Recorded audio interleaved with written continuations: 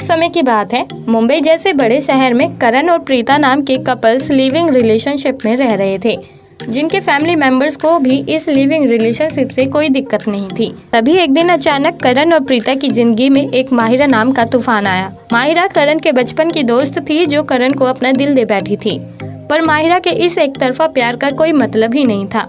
करण प्रीता के साथ living relationship में जो रह रहा था, कुछ समय पहले ही माहिरा अपने फैमिली मेंबर्स से झूठ बोलकर मुंबई चली आई थी। यहाँ उसने पहले करण के घर का एड्रेस ढूंढा और कुछ समय बाद ही उसके घर पहुँच गई। माहिरा के घर आने पर प्रीता और करण दोनों ने उसका शानदार तरीके से स्वागत किया, लेकिन उन्हें कहाँ पता था कि वो अपने घर में मुसीबत को ही दावत दे रहे हैं।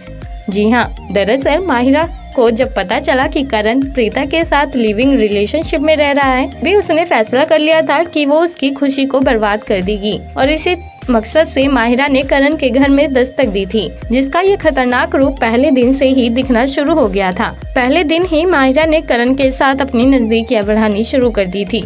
हालांकि करण सब कुछ समझता था और उससे दूरियां बनाने की कोशिश भी करता था, पर माहिरा आसानी से हार मानने वालों में से थोड़ी थी।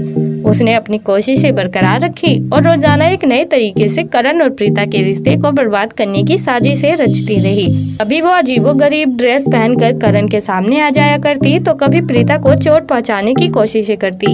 यही नहीं बल्कि हद तो तब पार हो गई थी जब माहिरा ने करण के साथ जबरदस्ती करने की कोशिश की। जब प्रीता को पता चला, तब प्रीता दौड़ती हुई माहिरा के पास गई और उसे एक जोरदार थप्पड़ जड़ दिया।